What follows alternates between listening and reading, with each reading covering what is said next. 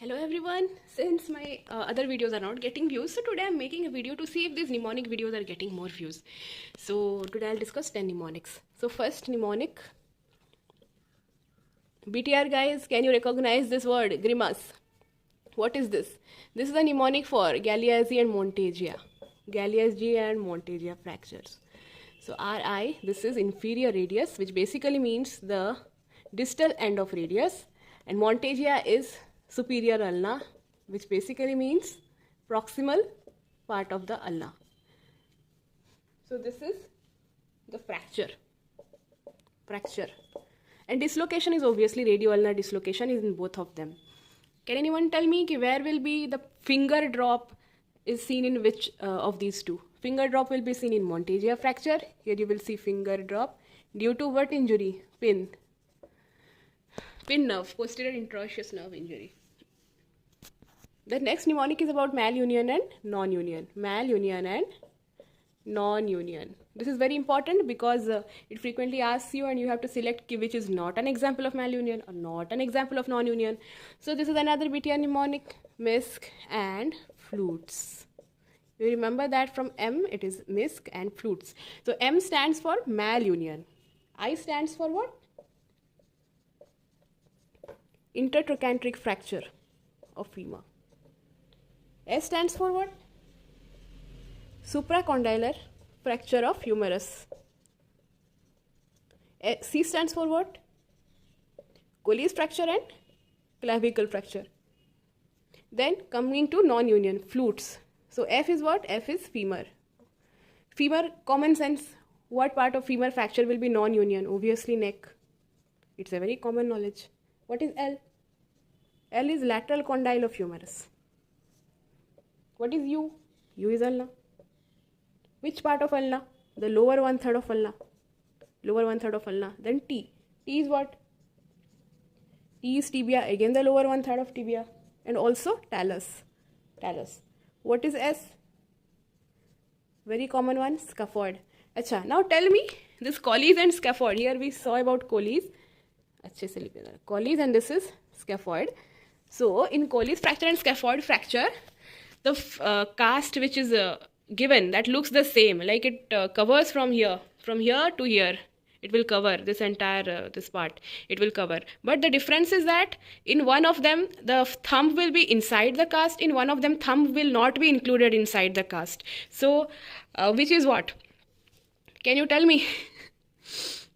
Okay, so in Colles fracture, what will happen? The thumb will be outside the cast because the thumb has nothing to do with Colles fracture. Colles fracture is a fracture of radius. Thumb will be outside the cast, and that is known as what? The hand-shaking cast. So Colles fracture is hand-shaking cast. Like you are shaking someone's hand, the thumb is outside. You are shaking the hand-shaking cast. In scaphoid, what is the name of the cast?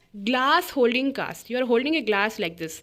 So the thumb is inside the cast. The glass holding cast is scaphoid. So remember in exam they might give you an like photo of a cast, and it is in the hand the cast will be there. First, so to identify that, first see whether the thumb is inside or outside. Okay. Next, let us do. This is not exactly a mnemonic, but this is something which people forget to read. That is why I am discussing this here. So questionnaires. So in the most common question is cage. Cage questionnaire is for what? It is for alcohol abuse.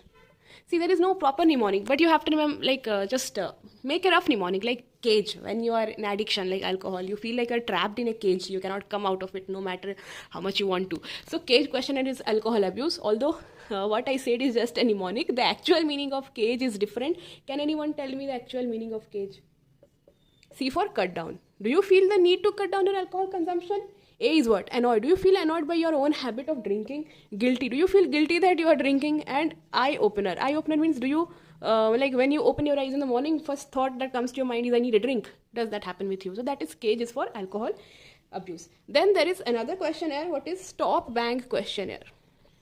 Can you tell me this is for what? This is also a previous year question. Stop bank questionnaire is for obstructive sleep apnea. So this is easy to remember. Obstructive sleep apnea. So this is easy to remember, but it's a weird mnemonic. So bang, you know, right? Like at what time do you bang? Usually people bang when they sleep, right? So that's it. Then there is another questionnaire, pulse. P-E-A-R-L. Pulse. From pearls questionnaire, what is the for what it is? It is for repo. You say na, like good friends are like pearls. They are like precious like pearls. So like that repo, from repo you remember like repo, like friends. So this pearls questionnaire is about building repo with someone. Okay. Then you have the another questionnaire, SCOFF. SCOFF questionnaire. This is also a previous year question. It is about eating disorder. In general, when people look at obese person, like what do they talk behind their back? They're like they scoff at them, na? See, like what a like hippopotamus kind of thing. So scoff. So like you scoff at mota people, obese people. So that's scoff. Then what else is there? There is another called CAM, CAM. This is also a previous year question. CAM is for delirium actually. So this is easy to remember because the full form of CAM is confusion assessment method. Confusion assessment method. Confusion, from confusion, delirium, like you can relate it, right? So CAM in the name itself, confusion assessment method, it is for delirium. What are the other ones? Spikes. This is the most famous one actually, spikes. Spikes is for spike. Like spike means what? Thorn, right? Spike means thorn or needle, that sharp object. So like sharp objects means what? It's something painful. So basically spikes is the protocol on how to break a bad news to someone. Like a doctor wants to tell to the attendant ki, hey, your patient has died or something, some kind of bad news, or hey, you have cancer. So spikes is the protocol on how to break the bad news. Can anyone tell me the full form of spikes? S for setting, like P is the perception, like perceive ki what kind of mentality he is in right now. Then there is invite him ki come and sit. And then there is knowledge. I don't want to describe anymore. And empathy, obviously you have to show empathy, and summarize. Counsel, and in the end tell him the short story of whatever you told. So that is Spike's protocol. So you see, this is why I'm telling you is it is a probable question where they might give 3 or 4 options and they might tell you to odd one out. There is also another one, PANSS. This is not easy to remember. This has also never come, but remember that PANSS is for schizophrenia. And what is the MMSE? Mini mental status examination. This is for what? Dementia. Dementia, whether someone is forgetful or not. So MMSE. So that is questionnaire. The next mnemonic we want to discuss about the dermatophyte infection. Dermatophyte infection, that is the fungus. So there are 3 dermatophytes. There is trichophyton. There is microsporum. Do you need the full form? Trichophyton, microsporum, and epidermophyton. Okay. So dermatophytes, from the word derma itself, derma means skin. That means skin is affected in all of them. Skin is there. Skin is there everywhere.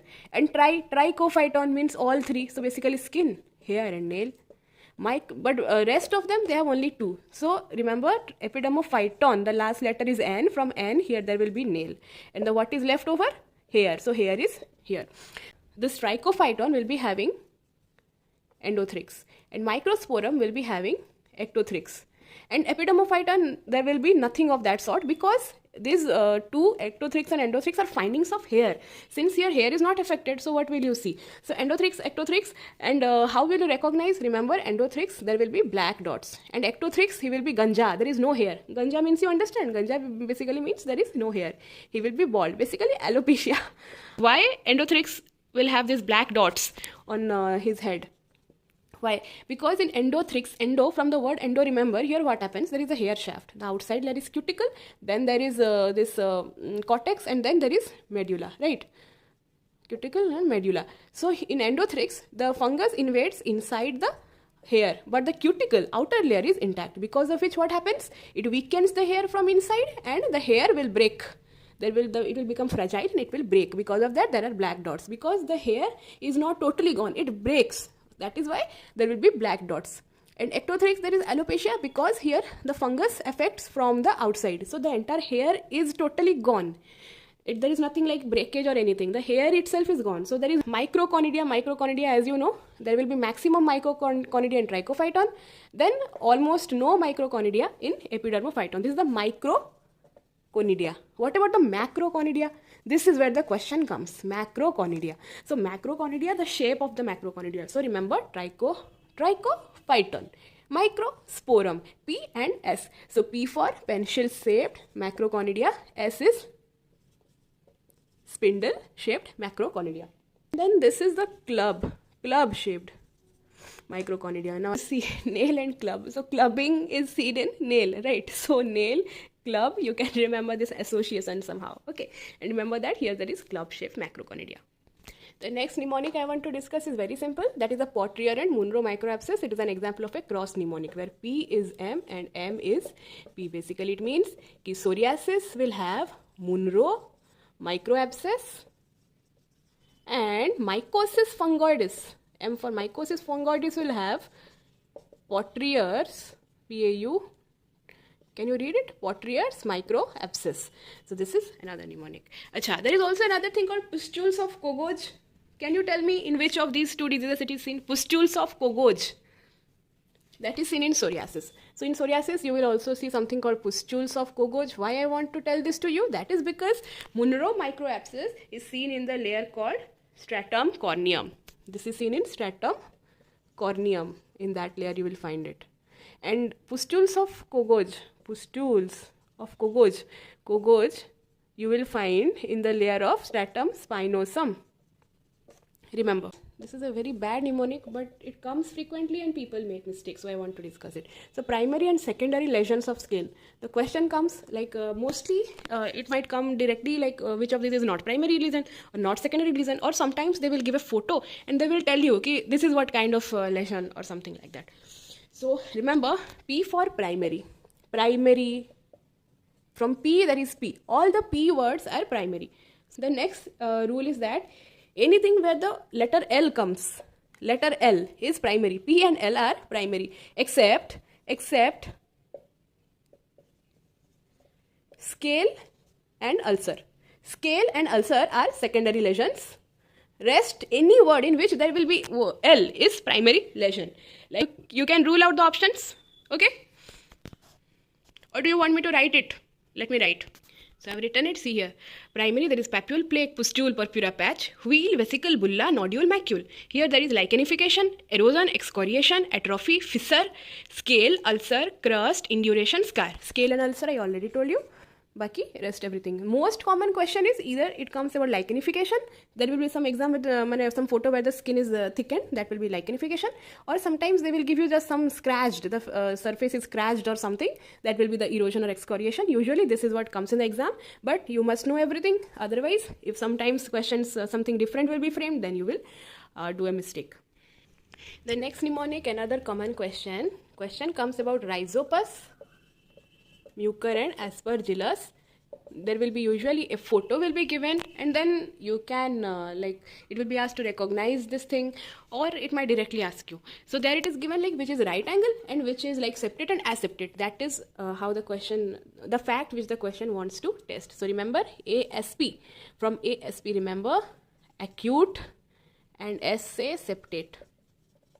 Don't write ASP means aseptate. Remember, it is a mnemonic for both the angle and S. Acute and septate. Rhizopus and mucor are just opposite. It is right angled and aseptate. Aseptate. Plus remember, it is also broad. In most of the things you will see that aspergillus will never go together with mucor and rhizopus. For example, you can see like the galactomannan test. There is a galactomannan test, right? The galactomannan test, positive, negative. Aspergillus is positive, mucor is negative. Even when it comes to the beta-glucan test, it is the same thing. It is positive for aspergillus, negative for mucor and rhizopus. In beta-glucan test, it is negative for both mucor and rhizopus. What are the other tests? Like beta-glucan negative, what are the other ones? Mucor is there, rhizopus is there. What else is there? Blastomyces. And what else is there? Cryptococcus. Just remember that aspergillus is always different from mucor and rhizopus. It is always different. That is what you should remember everywhere. Here also, here also, here also. Everywhere it is different. Question is superoxide dismutase. There is a cytoplasmic, there is a mitochondrial. So remember, from C, cytoplasm say copper. And from M, it is manganese. Mn. Now if someone will tell that might be magnesium, then I cannot do anything. This you have to remember that this M is manganese and not magnesium. Okay. So this is a mnemonic for cofactors of the superoxide dismutase. Now remember this. What are the other important enzymes where copper is a cofactor? There is lysyl oxidase and there is tyrosinase. Lysyl oxidase and tyrosinase. Tyrosinase defect will cause what? Albinism. Lysyl oxidase will cause Menkes kinky hair syndrome. Menkes kinky hair, ATP7A gene defect. So this is also copper is the cofactor. There is also another thing that depends on copper, that is ceruloplasmin. Ceruloplasmin also contains copper, and ATP7B defect will cause a defect in ceruloplasmin that will cause Wilson's disease. Okay, got the correlation? In manganese there is nothing important. There is arginase and there is ribonucleotide reductase. No one cares about it. Ignore. Now the next mnemonic is resistance of antibiotic towards antibiotic due to enzyme mutation. Resistance of antibiotic due to enzyme mutation. The mnemonic is ABC. A is aminoglycoside, B is beta-lactam, and C is what? C is chloramphenicol. Do not write cephalosporin. Okay, chloramphenicol. Next we have our last mnemonic, number 10, that is congenital adrenal hyperplasia. We have 11, 17, 11 beta, 17 alpha and 21 hydroxylase deficiency. All are hydroxylase. So here mineralocorticoid and testosterone, which is increased, which is decreased. So here the mnemonic is all the 1. Wherever there is 1, that will be increase. Right, you write 1 like this, na? Like this 1. So that is increase. So basically 1, 1. Increase, increase. 1, 7. 1 will increase. 2, 1. 2, 1. Anything other than 1 will be decrease. 1, 1. 1, 7. Increase, decrease. 2, 1. Decrease, increase. Got it. Now tell me, if mineralocorticoid increases, then what will happen? If it increases, then there will be increased sodium resorption. That will lead to increased BP. Isn't it? That will lead to increased BP. So there will be also decreased potassium, increased sodium, decreased potassium and increased BP. So if it decreases, then just the opposite. Sodium low, potassium high, BP will be low. Similarly, testosterone. If testosterone increases in male, if testosterone increases in male, then it will lead to precocious puberty. But in female should not have that much testosterone, but you have so much testosterone, then what will happen? That will lead to virilization. Virilization means male-like features. They might have mustache, they might have enlarged clitoris. Okay, got it. And if there is less testosterone, that will lead to what? That will lead to delayed puberty. Okay, got it. Forgot to add something. See, this 21 hydroxylase deficiency is the most common enzyme deficiency in congenital adrenal hyperplasia. Okay, so that is it for today. Mnemonics. Thank you.